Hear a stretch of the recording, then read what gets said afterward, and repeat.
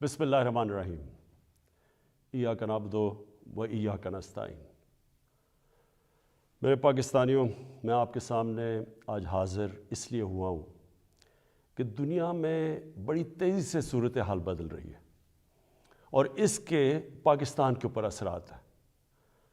سب سے پہلے میں شروع کرنا چاہتا ہوں پاکستان کی فارن پالیسی سے۔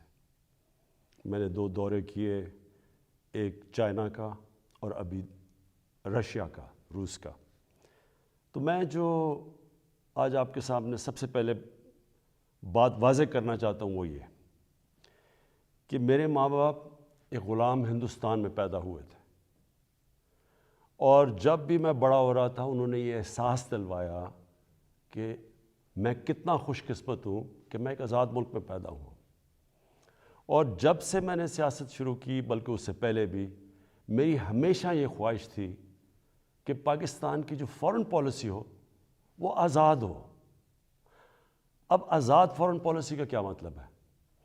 آزاد فارن پالیسی کا مطلب یہ ہوتا ہے کہ ایک قوم اپنے لوگوں کے فائدے کے لیے فارن پالیسی بنائے، وہ فارن پالیسی نہ بنے جو کسی اور کا فائدہ کرے اور اپنے ملک کو نقصان پہنچا دے۔ اور میں آپ کو اس غلط فارن پالیسی کی مثال دینا چاہتا ہوں کہ جو ہم نے امریکہ کے ساتھ اس کی وار آن ٹیرر میں جب حصہ لیا تو میں شروع سے کہتا گیا، میری پارلیمنٹ میں تقریریں ہیں کہ ہماری اس جنگ سے کوئی تعلق نہیں تھا، کوئی پاکستانی ملوث نہیں تھا 9/11 میں، ہمارا کوئی اس سے لینا دینا نہیں تھا۔ تو میں تب سے کہتا گیا کہ ہمیں اس میں شرکت نہیں کرنی چاہیے۔ ہم نے پہلے امریکہ کے ساتھ کی جنگ میں شرکت کی، سوویت یونین کے خلاف جب وہ افغانستان میں جہاد میں شرکت کی، اور پھر 10 سال کے بعد جب پھر شرکت کی 9/11 کے بعد امریکہ کے ساتھ اس کی جنگ میں، تو جب ہم تب شرکت کر رہے تھے کہ جہاد تھی کہ افغانستان میں کوئی فورن آکوپیشن ہوئی تو اس کے خلاف جہاد ہے، لیکن اب جب امریکہ افغانستان میں آ گیا تو اس کے خلاف دہشت گردی تھی۔ اس پالیسی کے میں شروع سے خلاف تھا، اور بدقسمتی سے یہ فارن پالیسی پاکستانیوں کے فائدے کے لیے نہیں کی گئی۔ اس کی وجہ سے 80,000 پاکستانیوں کی شہادتیں ہوئیں، ہمارے 35 لاکھ لوگوں کی نقل مکانی ہوئی، قبائلی علاقہ تباہ ہوا، ہمیں $150 ارب سے زیادہ ملک کو نقصان ہوا۔ لیکن جو اس کی سب سے شرمناک بات کیا تھی کہ دنیا کی تاریخ میں پہلی دفعہ ایک ملک کسی کی حمایت میں جنگ لڑ رہا ہے اور وہ ملک اسی ملک کے اوپر بمباری کر رہا ہے۔ ہمارے ملک میں 400 سے زیادہ ڈرون اٹیکس کیے گئے، ہمارے ہی دوست کہ جس کے لیے ہم جنگ لڑ رہے تھے۔ اس سے بھی زیادہ شرمناک چیز کیا ہے کہ ملٹری ڈکٹیٹرز تو ہمیشہ تاریخ ہے پاکستان کی کہ وہ ہمیشہ چاہتے ہیں کہ دنیا ان کو ایکسیپٹ کرے، ان کو مانے، ان کو لیجٹمائز کرے، اور وہ ہمیشہ آسان ہوتے ہیں سپر پاورز کے لیے استعمال کرنا۔ لیکن جنرل مشرف کے دور میں تو صرف 10 ڈرون اٹیکس ہوئے، لیکن جو 2 ڈیموکریٹک لیڈرز آئے، آصف زرداری اور نواز شریف، 10 سال، ان کے 10 سال میں 400 ڈرون اٹیکس ہوئے۔ اب میں سوال یہ، اور میں پھر سے واپس آتا ہوں کہ آزاد فارن پالیسی کیا ہوتی ہے؟ آزاد فارن پالیسی تو یہ ہونی چاہیے تھی کہ یہ 2 ڈیموکریٹک لیڈرز کو امریکہ کو کہنا چاہیے تھا کہ ہمارے جب آپ بمباری کر رہے ہیں، ہمارے لوگ مار رہے ہیں، اس میں عورتیں بچے مار رہے ہیں، بے قصور لوگ مار رہے ہیں، تو کیا 2 ڈیموکریٹک لیڈرز کو سٹینڈ نہیں لینا چاہیے تھا اس کے اوپر؟ ایک سٹیٹمنٹ نہیں دی دونوں نے، بلکہ آصف زرداری نے اس کو، ایک باب وڈورڈ جو بہت بڑا صحافی ہے امریکہ کا، وہ اپنی کتاب میں لکھتا ہے کہ آصف زرداری نے امریکہ کے آرمی چیف کو کہا کہ کولیٹرل ڈیمیج سے مجھے کوئی فرق نہیں پڑتا، جو ڈرون اٹیک سے جو بے قصور لوگ مرتے ہیں۔ اور یہ کیوں ہے؟ میں صرف آپ کو اس لیے یہ شروع میں بات فارن پالیسی کی، یہ اس لیے ہے کہ جب ملک کے سربراہوں کے پیسے اور جائیداد ملک سے باہر پڑی ہوتی ہے، جب ان کے اربوں ڈالرز کی پراپرٹی اور بینک بیلنسز اور آف شور اکاؤنٹس ہوتے ہیں، وہ کبھی اس ملک کی بہتری کے لیے فائدہ نہیں کرتے، وہ اپنے پیسے بچانے کے لیے کرتے ہیں۔ اور آج روس کے جو بڑے بڑے بزنس مین، جن کو اولیگارکس کہتے ہیں، جن کے پیسے پڑے ہوئے ہیں لنڈن اور جن کی پراپرٹیز ہیں وہاں، آج جب سے یہ جنگ شروع ہوئی ہے انہوں نے سب فریز کرنے شروع کر دیے، ضبط کرنے شروع کر دیے جو ان کے پیسے پڑے ہوئے ہیں، ان کے بزنس مین کے پیسے پڑے ہوئے ہیں مغربی بینکس میں اور مغربی کیپٹلز میں۔ تو اس لیے ہمارے ملک کی پالیسی آزاد ہو ہی نہیں سکتی۔ اور میں اپنی قوم کو آج کہنا چاہتا ہوں، آپ جب ووٹ ڈالیں تو یہ سمجھ جائیں کہ اگر اس ملک میں آپ آزاد فورن پالیسی چاہتے ہیں تو کبھی اس پارٹی کو ووٹ نہ ڈالیں جن کے سربراہ کے پیسے اور دولت اور جائیدادیں ملک سے باہر پڑی ہیں، وہ کبھی آزاد فورن پالیسی نہیں بنائیں گے۔ میں نے جتنے بھی دورے کیے، 2 چین کے بڑے امپورٹنٹ دورے تھے، اللہ کا کرم ہے کہ ہمارے ملک کو بھی عزت ملی اور پاکستان کے لیے انشاءاللہ وقت ثابت کرے گا بڑے زبردست۔ ہم نے دونوں جگہ بات چیت کی، خاص طور پہ چین پہ۔ جو روس میں ہم نے جانا تھا، اس لیے ہم نے جانا تھا کہ ہم نے 20 لاکھ ٹن گندم امپورٹ کرنی ہے روس سے۔ اور دوسری چیز، جو روس ایک ایسا ملک ہے جس میں میرے خیال میں دنیا کی 30% گیس ہے، تو آگے جس طرح پاکستان کی گیس کم ہو رہی ہے، ہم نے انشاءاللہ ان سے ہم نے جو معاہدے کیے ہیں کہ ان سے ہم گیس امپورٹ کریں گے۔ اور چین کے سامنے ابھی تھوڑی دیر کے بعد انشاءاللہ اس قوم کے سامنے آ جائے گا کہ جس طرح کے چین کے ساتھ ہمارے معاہدے ہوئے ہیں، اور خاص طور پہ سی پیک کا جو دوسرا فیز ہے۔ اب دوسری بات صرف میں نے مختصر کرنی تھی، اس سے پہلے میں جو ملک کے مسائل کے ہم نے حل سوچے، میں نے اور میری ٹیم نے، وہ آپ کے سامنے رکھوں گا۔ لیکن دوسری چیز ایک متنازع ایشو بنا ہوا ہے، اس کے اوپر تھوڑا شور مچا ہوا ہے کہ جی آزادی صحافت کے اوپر پابندی لگائی جا رہی ہے اور لوگوں کے منہ بند کیے جا رہے ہیں۔ میں پہلے آپ کو ایک چیز واضح کر دوں، پیکا لا، آپ سب کو یہ بتا دوں کہ یہ 2016 میں بنا تھا، اس میں صرف ہم ترمیم کر رہے ہیں۔ جو سربراہ ملک کا جس نے کرپشن نہیں کی، جو ملک کا سربراہ ملک کے قانون نہیں توڑتا، اس کو کبھی آزاد صحافت سے، میڈیا سے کوئی خطرہ نہیں ہے۔ آج آپ اٹھا کے دیکھ لیں پاکستان کے اخبار، میڈیا دیکھ لیں، تقریباً 70% خبریں ہمارے خلاف ہیں، ہمیں اس سے کوئی فرق نہیں پڑتا۔ لیکن یہ قانون کسی وجہ سے لے کے آئے ہیں۔ اس کی وجہ یہ ہے کہ پاکستان میں سوشل میڈیا کے اوپر اس طرح کا گند آ رہا ہے، اس طرح کی چیزیں آ رہی ہیں، چائلڈ پورنوگرافی آ رہی ہے، یعنی جو ہمارے اسلامک ویلیوز کی خلاف ورزی، ہمارے چھوڑے دنیا میں کسی بھی مہذب معاشرے میں اس طرح کی چیزیں نہیں آتی جو اب ہمارے سوشل میڈیا پہ آ رہی ہیں۔ میرے پاس ریکارڈ ہے اس وقت کہ 94,000 کیسز پڑے ہوئے ہیں FIA کے پاس، جس کے اندر گھر کی عورتوں کو تنگ کیا ہوا ہے، ان کے خلاف، اور لوگوں کے گھر اجڑ رہے ہیں کیونکہ گند اچھال رہا ہے، فیک نیوز آ رہی ہیں، تصویریں گندی دی جا رہی ہیں۔ ابھی تک صرف 38 کیسز کا فیصلہ ہوا ہے 94,000 کیسز میں سے۔ عام لوگوں کو تو چھوڑیں، پرائم منسٹر ایک ملک کو چھوڑیں کہ عمران خان ہے یا کوئی بھی ہے، اس کو بھی نہیں بخشا جا رہا۔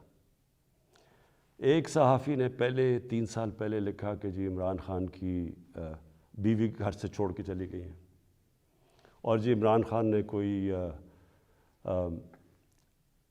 غلط غیر قانونی کام کیا بانی گالہ میں نے عدالت میں کیس کیا۔ 3 سال ہو گئے ہیں، پرائم منسٹر کو ابھی تک کوئی انصاف نہیں مل رہا۔ وہی پھر سے صحافی لکھتا ہے اب پھر کہ جی ان کی بیوی گھر چھوڑ کے چلی گئی ہیں۔ ملک کا پرائم منسٹر اگر اس سے یہ ہو سکتا ہے، اس طرح کا اس کے خلاف وہ عورتیں جن کا کوئی سیاست سے تعلق نہیں ہے، تو سوچیں باقی لوگوں کا یہاں کیا ہوگا.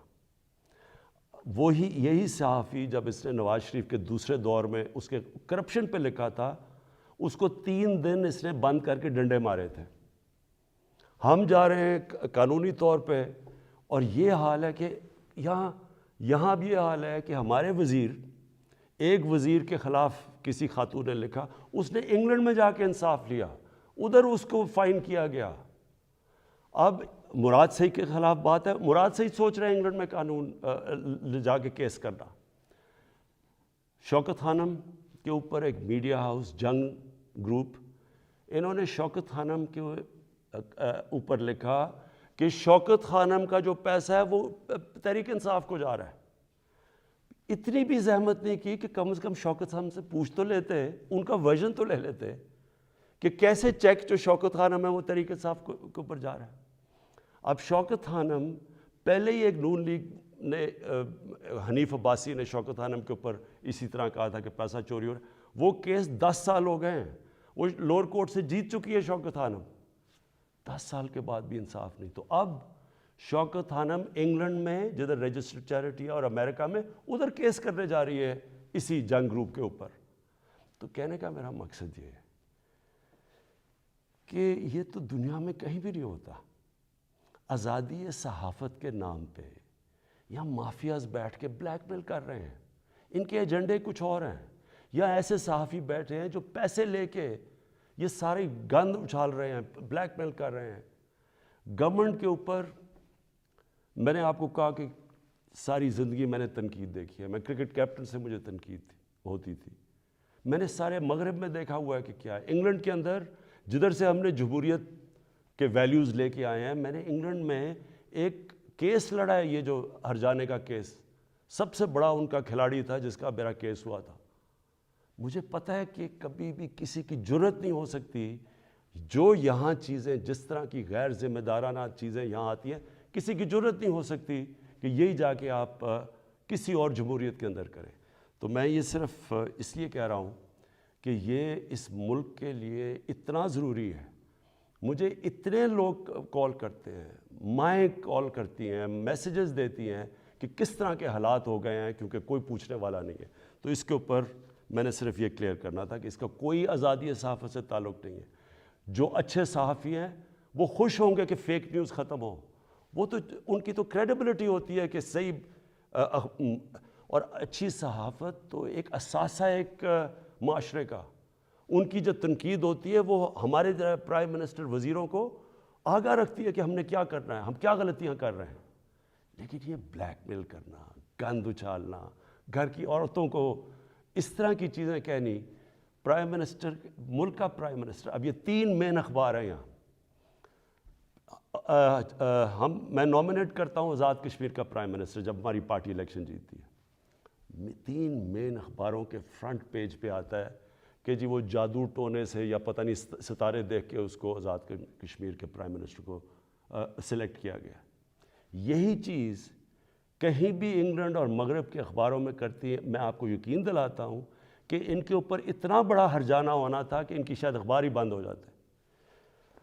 اب میں دوسری چیز پہ آنا چاہتا ہوں, کیونکہ میں آپ کو یہ بتانا چاہتا ہوں کہ ہم اب ہمارے جو حالات ہیں ان کے اوپر ہم نے اب کیا بڑی محنت کر کے ہم نے کیا تجویزیں سوچی ہوئی ہیں. تو سب سے پہلے کہ میں آپ کو صرف یہ یاد کرانا چاہتا ہوں, اور یہ ضروری ہے یاد کرنا, کیونکہ اگر تو مجھے سوئٹزرلینڈ کی اکانومی ملی ہوتی تو بڑا اچھا ہوتا. آج اسی پر بتاتے کہ وہ حالات تب یہ تھے تو اب آپ نے کیا کیا ہے. تو جب ہمیں اکانومی ملی تھی 2018 میں, جو سب سے بڑا پاکستان کی تاریخ کا خسارہ تھا, اندرونی بھی فسکل ڈیفیسٹ بھی اور بیرونی جس کو کرنٹ اکاؤنٹ ڈیفیسٹ کہتے ہیں, وہ پاکستان کی تاریخ میں سب سے بڑا ڈیفیسٹ تھا. ہمارے جو فورن ایکسچینج ریزروز تھے وہ مشکل سے 3 ہفتے کی بھی امپورٹس کے لیے کافی نہیں تھے.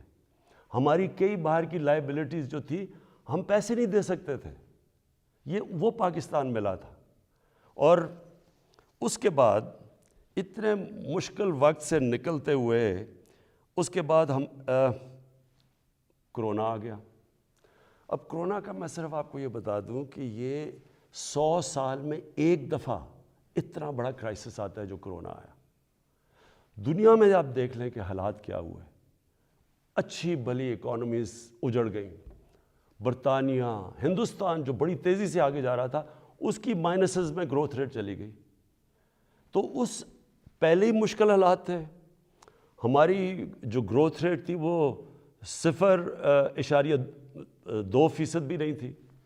تو پہلے ہی برے حالات تھے، اوپر سے کرونا آ گیا. تو اس کرونا کے وبا سے جس طرح پاکستان نے ڈیل کیا اور کرتا آیا وہ میں ابھی بعد میں بتاؤں گا. لیکن اس کے بعد دو اور چیزیں ہو گئیں. جب کیونکہ پہلے تو کرونا آ کے لاک ڈاؤنز ہو گئے، اس کے اپنے مسئلے آئے. اس کے بعد جب لاک ڈاؤنز اٹھنے شروع ہوئے تو سپلائی لائنز افیکٹ ہوئی تھی. اس سے ایک کموڈٹی سپر سائیکل کہتے ہیں، یعنی جو کموڈٹیز تھیں وہ تاریخی مہنگی ہو گئی. اس سے کیا ہوا کہ دنیا کے اندر مہنگائی آ گئی، انفلیشن آ گئی.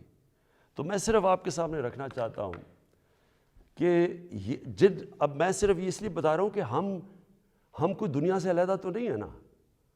کئی چیزیں ہیں جن کو ہم امپورٹ کرتے ہیں. تیل ہے، گھی ہے، 70% امپورٹ کرتے ہیں. دالیں امپورٹ کرتے ہیں 70%. یہ ساری جتنی چیزیں تھیں، اور بجلی جو ہماری ہے وہ اگر آپ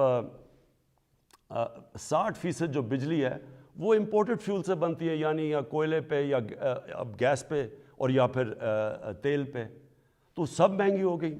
لیکن میں پہلے آپ کو بتانا چاہتا ہوں کہ جو ہمارے سے بڑے مضبوط ملک تھے ان کے کیا حالات ہوئے. سب سے پہلے امریکہ کی سب سے تکڑی اکانومی سمجھی جاتی ہے. 40 سال میں سب سے زیادہ مہنگائی امریکہ میں ہوئی. 5 گنا زیادہ وہاں مہنگائی ہوئی. یعنی امریکہ کے اندر 1.5% سے زیادہ چیزیں مہنگی نہیں ہوتی. یہ 10 سال تک اتنی رہتی ہے مہنگائی، 1.5%. وہاں مہنگائی پہنچ گئی 7.5% پہ. اس کے بعد کینیڈا، جو بڑا یہاں سے کتنا پیسہ خرچ کر کے لوگ کینیڈا جاتے ہیں اور کینیڈا کے شہری بنتے ہیں، 30 سال میں سب سے زیادہ مہنگائی کینیڈا میں آئی. اس کے بعد برطانیہ 30 سال میں 1992 کے بعد سب سے زیادہ مہنگائی وہاں آئی. ترکی میں 20 سال میں سب سے زیادہ مہنگائی آئی. اور میں صرف کیونکہ ہمیں سب سے زیادہ شور مچایا جاتا ہے کہ جی بڑی مہنگائی آ گئی، ہمیں گورنمنٹ کو ہٹا دو کیونکہ اتنی مہنگائی آ گئی. اب یہ میں نے جو آپ کے سامنے یہ فگرز رکھ رہا ہوں، یہ ذرا آپ کیونکہ سارے آپ چیک کر سکتے ہیں. آپ تو بڑا یہ زمانہ بدل گیا ہے، موبائل فون آپ کی جیب میں ہے. گوگل کریں کہ یہ میں ٹھیک کہہ رہا ہوں یا نہیں کہہ رہا، تو آپ کو پتہ چل جائے گا. اب ذرا یہ سنیں، پیپلز پارٹی کی پہلے دور میں 71 سے لے کے 77 تک 13.9% اوسط مہنگائی ہوئی اس دور میں. پیپلز پارٹی کے دوسرے دور میں 88 سے لے کے 2 سال ان کی حکومت چلی، 8.3% مہنگائی ہوئی. پھر ان کے پیپلز پارٹی کے تیسرے دور میں 94 سے لے کے 96 تک 11.6% مہنگائی ہوئی. پھر ان کے 2008 سے 2012 کے دور تک 13.6% مہنگائی ہوئی. اب یہ ساری نوٹ کر لیں فگرز کہ ان کے 4 دور میں کتنی مہنگائی ہوئی. کہ صرف ایک دور میں، دوسرے دور میں 8.3 ہوئی تھی، باقی ساری 10% سے زیادہ مہنگائی ہوئی. نون لیگ پہلا دور 90 سے لے کے 93 تک 10.08% مہنگائی ہوئی. دوسرے دور میں 97 سے لے کے 99 تک 7.2% مہنگائی ہوئی. اور ان کا جو تیسرا دور تھا جس میں آپ کو یہ بتا دوں کہ سب سے کم تیل کی قیمتیں تھیں ان کے دور میں، تو ان کے 5% مہنگائی ہوئی. اور تحریک انصاف جس نے جو اٹھتا ہے کہ جی مہنگائی میں مر گئے، تحریک انصاف کی مہنگائی ہوئی 8 ہمارے جو ابھی تک 3.5 سال میں 8.5%. تو پہلے تو یہ ذرا واضح ہو جائے آپ کو کہ مہنگائی کتنی ہے ان کے مقابلے میں، کیونکہ وہ بڑا شور مچا ہوا جی گورنمنٹ گرا دو، جلدی سے گرا دو، کیونکہ لوگ پس گئے مہنگائی میں. پہلے ہاں ہے مہنگائی، اور میں اس کے اوپر ابھی بعد میں آنے لگا ہوں. لیکن ہم اس وقت مہنگائی آئی ہوئی ہے جو دنیا کے اندر مہنگائی کا سائیکل آیا ہوا ہے. اچھا جی، پھر تحریک انصاف دوسری چیز کہتے ہیں جی بڑی ہماری نااہل حکومت ہے. تو میں صرف اب آپ کو صرف جو انٹرنیشنلی مانا گیا کہ تحریک انصاف نے کس طرح یہ سارے چیزوں کا مقابلہ کیا، اب میں صرف انٹرنیشنل اکنالجمنٹ بتا رہا ہوں کہ دنیا نے تحریک انصاف جو اس وبا میں جو 100 سال میں ایک دفعہ اتنا بڑا بحران آتا ہے تو دنیا کیا کہتی ہے. سب سے پہلے اکانومسٹ میگزین جو دنیا میں ساری دنیا کی اکانومیز کا جائزہ لیتی ہے، وہ کہتی ہے کہ 3 سالوں کے اندر جو یہ کرونا کا دور ہے، جو ملک ٹاپ 3 میں، جو ٹاپ 3 میں 190 ملکوں میں جو سب سے اوپر، جس نے سب سے بہتر طریقے سے اپنی معیشت بھی بچائی اور اپنے لوگوں کو بچایا، ان 3 میں پاکستان ہے. ورلڈ بینک نے تعریف کی، ورلڈ اکنامک فورم نے تعریف کی، ورلڈ ہیلتھ آرگنائزیشن نے خود مثال دی پاکستان کی کہ جس طرح انہوں نے اس چیلنج کا مقابلہ کیا. تو اگر اتنا نااہل ہوتا ملک، تو دنیا کے اندر جدھر ساری دنیا کی بڑی بڑی اکانومیز ہمارے سے بہتر سسٹمز جن ملکوں کے تھے، اگر وہاں اتنی تباہی آئی ہے اور پاکستان اس سے نکلا ہے. بل گیٹس جب ابھی مجھے ملنے آئے تو انہوں نے خاص پوچھا کہ کیا آپ نے قدم اٹھائے تھے کہ آپ اتنے بڑے چیلنج سے آپ اتنی بہتر نکلے. وہ باقاعدہ NCOC جدھر سے ہمارا سارا یہ کنٹرول ہم کرتے تھے، باقاعدہ وہاں گئے، انہوں نے تعریفیں کی اور پھر یہ بھی تعریف کی کہ ایک طرف ہم کرونا سے لڑ رہے تھے اور دوسری طرف اب پچھلے سارے سال میں کوئی پاکستان میں پولیو کا کیس نہیں ہوا. تو یہ اگر حکومت اتنی نااہل تھی. پھر اس کے بعد جو ہمارا احساس پروگرام ہے، احساس پروگرام کو ورلڈ بینک نے دنیا کے 4 ٹاپ پروگرامز کے اندر کہا گیا کہ جو سب سے بہترین احساس پروگرام تھا اس مشکل وقت میں، جنہوں نے لوگوں کے لیے آسانیاں پیدا کری، وہ تھا. پھر اس کے علاوہ میں صرف ایک اور بھی ایڈ کرنا چاہتا ہوں کہ کبھی ہمارے سے پہلے مجھے بتائیں یہ 2 جماعتیں، کبھی انٹرنیشنلی کسی چیز میں ان کی کوئی تعریف کی گئی ہو؟ کلائمیٹ چینج کے اندر برطانیہ کے پرائم منسٹر نے یونائٹڈ نیشنز جنرل اسمبلی میں پاکستان کی تعریف کی کہ پاکستان جس طرح کلائمیٹ چینج سے جو اگلا بہت بڑا مسئلہ دنیا کو آ رہا ہے، اس نے صرف اور صرف پاکستان کی تعریف کی. اچھا جی، اس کے بعد میں جو آپ کے سامنے جو ابھی چیزیں لے کے آ رہا ہوں کہ ہم نے کرنا کیا ہے تاکہ آپ سب، میری ساری قوم تیار ہو جائے اس کے لیے. اب اس سچویشن کے اندر اب میں ذرا آپ کو بتاؤں کہ ایک طرف اکانومی کا برا حال تھا، پھر اوپر سے کرونا آ گئی، پھر وہ ایک دنیا کے اندر قیمتیں چڑھ گئیں، اور پھر افغانستان کا کرائسس آ گیا. افغانستان میں کیا ہوا تھا؟ افغانستان میں لوگوں نے پینک کر کے ڈالر خریدنے شروع کر دیے. ڈالر آ کے انہوں نے پاکستان سے خریدے کیونکہ وہاں لوگوں کو انسرٹنٹی تھی. اس سے پریشر پڑ گیا ہمارے روپے کے اوپر. اور اس کے بعد وہ بھی میں بعد میں ہوں کہ اب یوکرین آ گیا، لیکن اس سے پہلے اب سوچیں کہ اس ساری چیز میں پاکستان نے اس مشکل وقت میں پاکستان کی جو اکانومی تھی، جو ہماری دولت میں اضافہ ہوا، جو گروتھ ریٹ تھی، اور وہ ورلڈ بینک ویریفائی کر رہا ہے، وہ 5.6% تھی. 5.6% نون لیگ کے آخری سال میں تھی، جب انہوں نے خسارہ کر کے، قرضے لے کے اور بڑے خسارے کر کے، جب انہوں نے جو ان کی بیسٹ 5ویں سال میں تھی، وہ تیسرے سال میں تحریک انصاف کے 5.6% تھی. یہ ہم نہیں کہہ رہے، یہ ورلڈ بینک نے ویریفائی کی ہے. اس کے علاوہ کیا ہوا؟ پاکستان کی دولتوں میں یہ کیسے اتنی زیادہ ہماری گروتھ ریٹ بنی؟ پاکستان کی تاریخ میں سب سے زیادہ ریمیٹنسز بیرون ملک پاکستانیوں نے بھیجی، 31 ارب ڈالر. یہ تقریباً 10 ارب ڈالر زیادہ تھی جو کہ ہمارے سے پہلے ریمیٹنس بھیجتے تھے. پاکستان کی تاریخ کی سب سے زیادہ ایکسپورٹس کی گئی. پچھلے 5 سال میں جو پچھلا نون لیگ کا دور تھا، ایکسپورٹس وہیں کی وہیں تھی. میں آپ کے سامنے ایک یہ رکھتا ہوں، یہ میں چاہتا ہوں کہ یہ ذرا آپ گراف دیکھ لیں. اس گراف میں آپ کو یہ نظر آئے گا کہ 2000 سے گراف ہے اور 2020 تک. اس گراف کے اندر آپ دیکھیں گے کہ یہ روانڈا اسی دور میں کدھر سے کدھر چلا گیا، ویتنام اس دور میں کدھر سے کدھر چلا گیا، چائنا اس کدھر گیا، ہندوستان کدھر گیا، بنگلہ دیش کدھر گیا، اور پاکستان سب سے نیچے. یعنی ہماری ایکسپورٹس بڑھی نہیں، اور جب تک ایکسپورٹس نہ بڑھیں وہ ملک آگے بڑھ ہی نہیں سکتا. تو ہم نے، مجھے اور فخر ہے اس چیز پہ کہ 38 ارب ڈالر کی پاکستان کی تاریخ میں سب سے زیادہ ہم نے ایکسپورٹس کی، ان سارے چیلنجز کے باوجود. پھر ہماری جو ٹیکس کلیکشن ہے، کوئی سوچ بھی نہیں سکتا تھا کہ جب لاک ڈاؤنز ہوئے ہوں اور اکانومی سلو ہوئی ہو، اس دور میں پاکستان کی جو ٹیکس کلیکشن ہے وہ 6000 ارب روپے سے زیادہ ہوئی.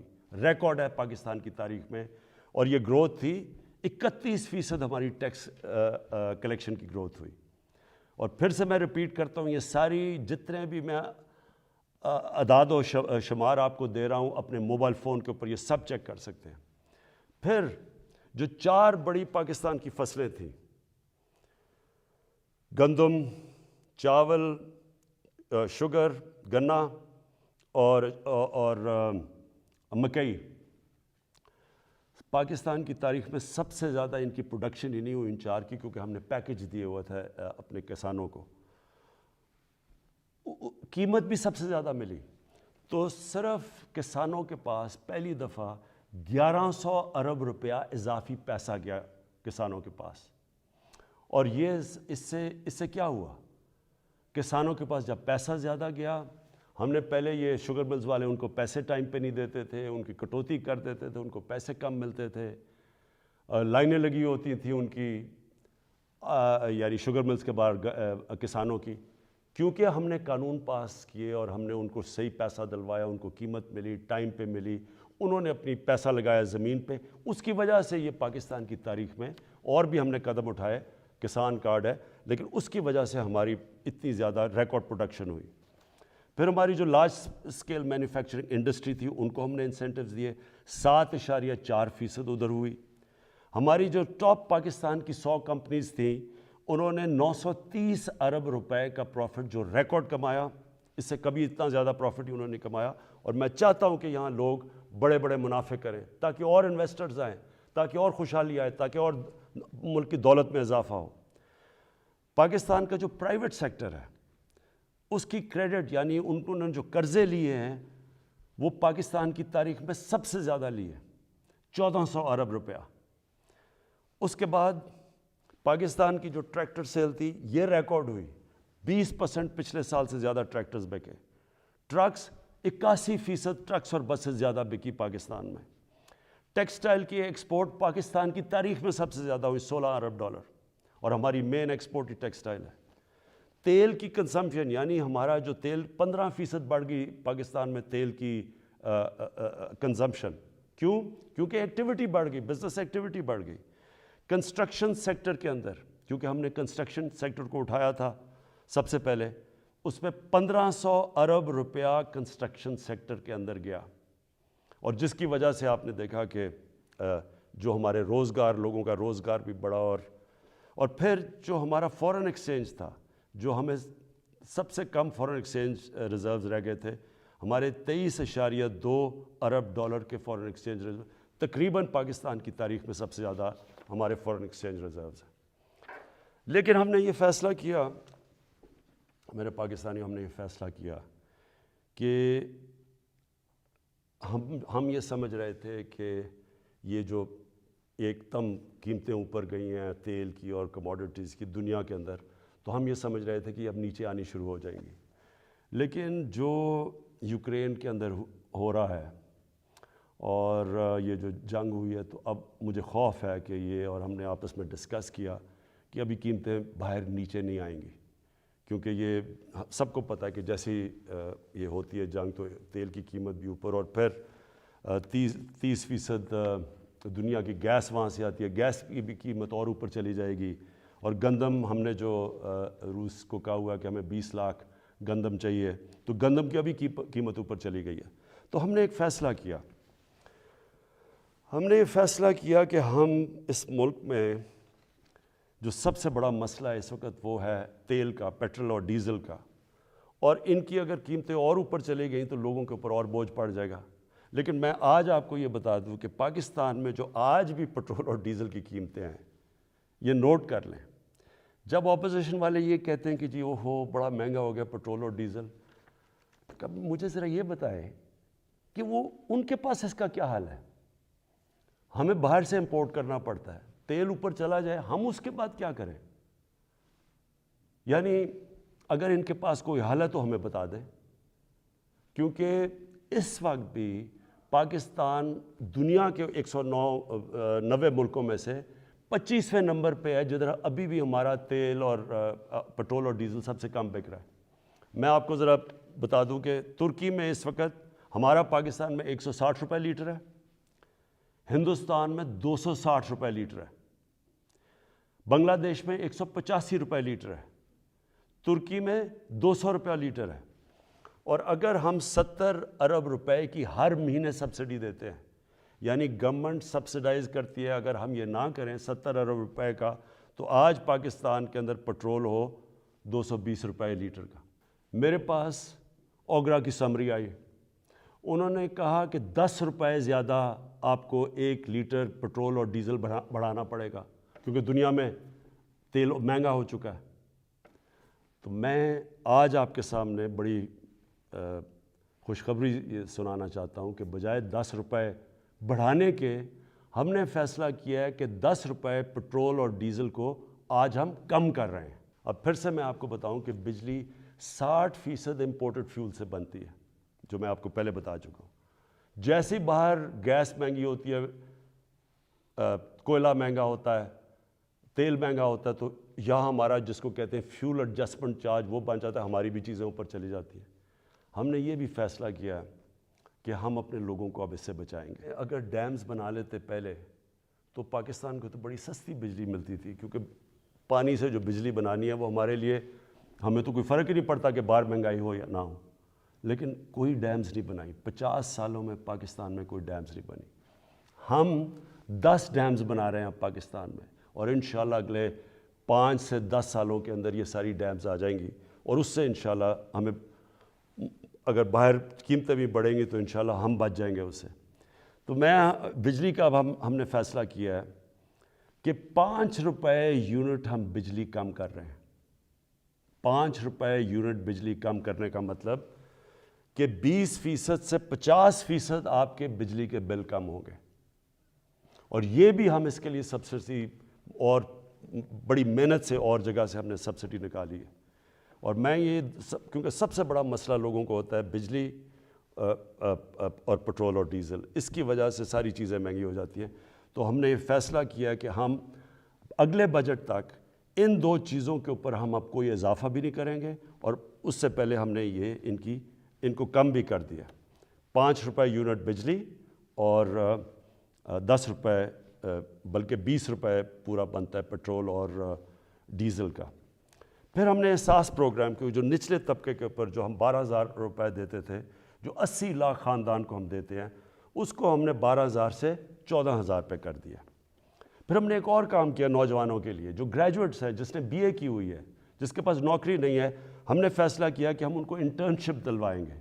30,000 روپے جو بھی گریجویٹ ہوگا اس کو کہیں انٹرنشپ دلوائیں گے تاکہ ان کو کم از کم کوئی پیسہ ملے. پھر ہم نے اسکالرشپس کا میں آپ کو بتا دوں 26 لاکھ ہم نے اسکالرشپس ہم صوبے جو ہمارے نیچے صوبے ہیں اور جو سینٹر ہے، اور اس کے اوپر 38 ارب روپیہ ہم خرچ کر رہے ہیں. یہ اب پرائم منسٹر کے جو پورٹل ہے اس کے اوپر اب سارا کنٹرول ہوگا.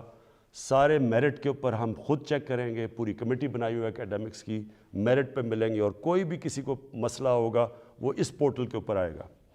لیکن پھر اب جو IT سیکٹر جو فیوچر ہے ہمارے نوجوانوں کا، جس طرح دنیا جا رہی ہے ٹیکنالوجی کی ریولوشن، یہ ذرا آپ سنیں. IT سیکٹر کے لیے اس میں IT کمپنیز بھی ہیں اور فری لانسرز بھی ہیں. پہلی چیز، ان کو 100% ہم نے ٹیکس معاف کر دیا. پھر سے سن لیں، IT سیکٹر کے اوپر چاہے وہ کمپنیز ہیں یا فری لانسرز ہیں، 100% ان کو ہم نے ٹیکس پہ چھوٹ دے دی. دوسری چیز، فورن ایکسچینج. اب تک ان کا ہم نے کوئی کنڈیشنز لگائی ہوئی تھی کہ اتنا فورن ایکسچینج آپ کو پاکستان میں رکھنا ہے.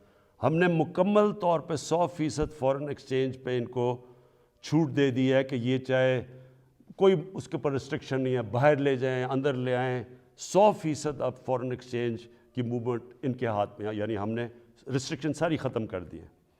اور تیسری چیز، جو سٹارٹ اپس ہیں، جو بھی آئی ٹی کی سٹارٹ اپس ہیں، ان کو 100% ہم نے کیپٹل گینز ٹیکس سے ختم کر دیا، یعنی ان کا ٹیکس ختم کر دیا سارے سٹارٹ اپس کا، جو کیپٹل گینز ٹیکس ہے۔ اس کے بعد انڈسٹریل پالیسی، اب یہ بھی پہلے ہم نے کنسٹرکشن پالیسی لے کے آئے تھے جس کی وجہ سے کنسٹرکشن میں پاکستان میں اٹھ گیا، اب ہم لے کے آ رہے ہیں آپ کے لیے انڈسٹریل پالیسی۔ انڈسٹریل پالیسی میں ہم کیا کر رہے ہیں کہ جو بھی انڈسٹری لگائے گا، جو بھی پیسے لگائے گا انڈسٹری کے اندر، اس سے کوئی سوال نہیں پوچھے جائیں گے۔ یہ ہم نے کنسٹرکشن میں بھی شروع میں یہ کیا تھا۔ اور جو سکھ انڈسٹری ہے اس کی ریوائول کے لیے، اس کے لیے ہم آپ کے سامنے پورا پروگرام ہے، ان کے لیے ٹیکس کی چھوٹ دیں گے ان کو۔ اس کے ساتھ انشاءاللہ کل میں لاہور کے اندر آپ کو پورا انڈسٹریل پالیسی کا پورا پیکج دے دوں گا۔ اور پھر تیسری چیز، جو اوورسیز پاکستانیز ہیں، جب بھی وہ پاکستان کی انڈسٹری میں انویسٹ کریں گے یا وہ پاکستان کے انڈسٹریلس کے ساتھ جوائنٹ وینچر کریں گے، ان کو 5 سال کا ٹیکس ہالیڈے ہم نے کر دیا، تاکہ 5 سال تک کوئی ٹیکس نہیں دیں گے۔ پھر ہمارا کامیاب پاکستان پروگرام ہے، سود کے بغیر قرضے دیں گے بزنس شروع کرنے کے لیے نوجوانوں کو، سود کے بغیر کسانوں کو دیں گے قرضے، سود کے بغیر وہ اپنی زمین پہ پیسہ خرچ کر رہے ہیں، اور پھر سستا سبسڈائز، بالکل جو غریب لوگ اپنا گھر بنانا چاہتے ہیں ان کو بالکل سستا قرضہ دیں گے۔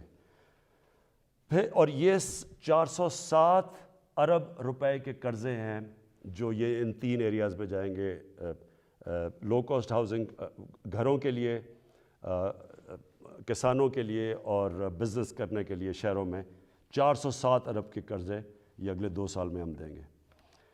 پھر آخری 2 چیزیں، ہم نے، مجھے بڑا فخر ہے کہ ہم نے بڑی مشکلوں سے پاکستان میں بینکوں کو راضی کیا، ان کے لیے ان کے سارے جو آسانیاں پیدا کی، سبسڈائز کیا کہ بینکس چھوٹے لوگوں کو قرضے دیں۔ ابھی تک تنخواہ دار لوگ، وہ ابھی تک ان کو بینک قرضے نہیں دیتے تھے۔ کمزور یعنی جو مزدور ہوتے ہیں، ویلڈر ہوتے ہیں، وہ کام کرنے والے، ان کی سوچ بھی نہیں سکتے اپنے لیے گھر بنانا۔ بڑی ہمیں 1 سال لگایا، ہم نے پوری ان کے لیے آسانیاں پیدا کی، گورنمنٹ نے سبسڈائز کیے قرضے، آسانیاں پیدا کی، تاکہ اگر ایک آدمی اپنے گھر میں جو ایک کرائے کا گھر لیتا ہے، جو کرائے کے اوپر پیسے دیتا ہے، اسی پیسوں کی وہ قسطیں بن جائے اور اس کا اپنا گھر ہو جائے۔ تو مجھے بڑی خوشی یہ ہے کہ بینکوں نے اب تک اس میں 150 ارب روپے کے لو انکم غریب لوگوں کی، جن کی آمدنی نہیں ہے، ان کو دے چکے ہیں اپروولز، جس میں 50 ارب روپیہ ان گھروں کے لیے دے چکے ہیں، یعنی وہ کام شروع ہو گیا، گھر بننے شروع ہو گئے۔ اور آخر میں صحت کارڈ میں، مجھے سب سے زیادہ فخر یہ ہے کہ ہمارے جو صوبائی چیف منسٹرز تھے، ان سب کو میں نے آگاہ کیا کہ یہ سب سے بڑی نعمت ہے ایک غریب گھرانے کے لیے کہ اس کے پاس ہیلتھ انشورنس ہو۔ جب بھی وہ ایک کوئی گھر میں بیماری ہو تو ان کو یہ خوف نہ ہو کہ ہم ہاسپٹل میں جا کے اپنا علاج نہیں کروا سکیں گے۔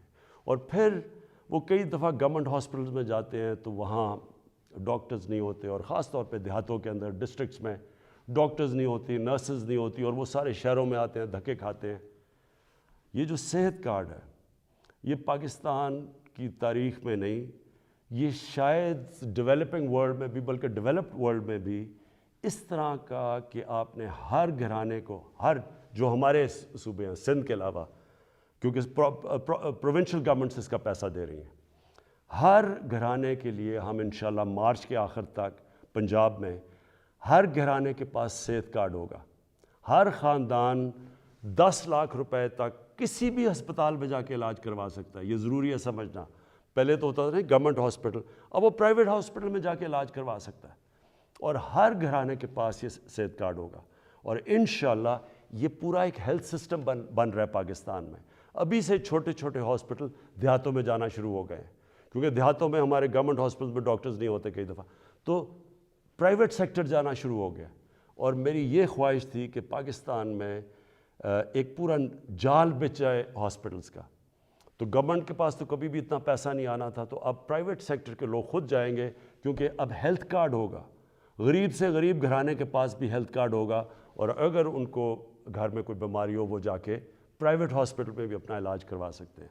یہ میں سمجھتا ہوں کہ ہم نے جو ہماری 3.5 سال کی حکومت ہے، یہ سب سے بڑا کام ہے.